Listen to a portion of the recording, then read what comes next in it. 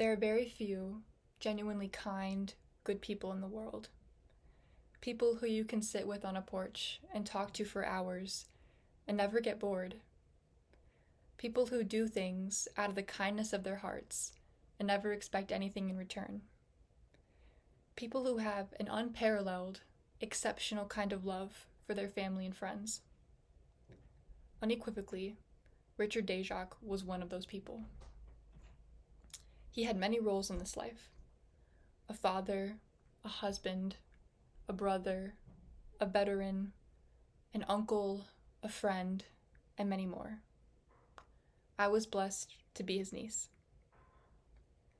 Richard was born at the military hospital in San Diego on April 16, 1966, while his father was serving in the Navy. He was raised in Lafayette, Louisiana, just like his parents.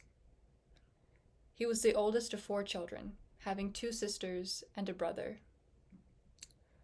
Growing up, Richard enjoyed fishing, riding around on his family's go-kart, catching frogs, and spending time with his friends who he would keep for a lifetime. One of the things I admired deeply about my uncle was that he was a lifelong learner and explorer. Following his father's footsteps, Richard would spend the next 22 years of his life being in the Navy after he joined at the age of 19. He would travel around the world and serve his country. By the time he retired from the military in 2007, he had reached the rank of lieutenant.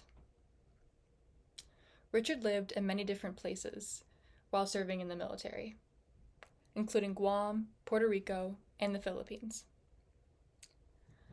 While in the Navy, Richard would obtain his bachelor's degree in 1995 and also get a master's degree in business administration in 2006. His educational pursuits went beyond the classroom.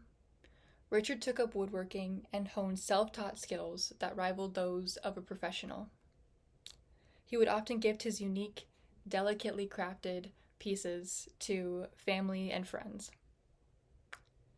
I know that all of us who were lucky to be recipients of such gifts will cherish them forever.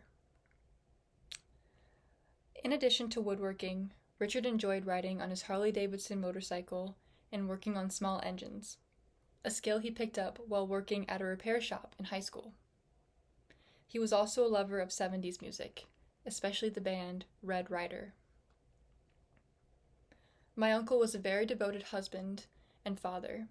He married his wife of 28 years, Kathy, in 1994, and their son was born that same year. He was also a dog parent to 2 dogs in his lifetime, a Shar-Pei named DJ, and a Shih Tzu named Pookaloo. Anyone who knows Richard knows how much he loved his dogs. Although we lived on opposite sides of the country, Richard remained a dedicated and loving uncle to my brother and me.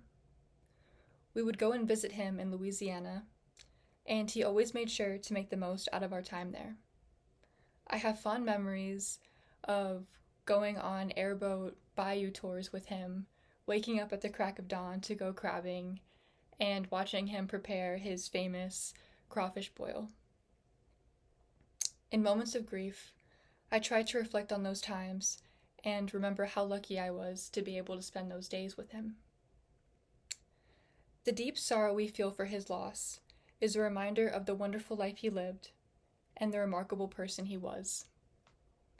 Richard will be remembered by all of us for his generosity, sincerity, and passion for life.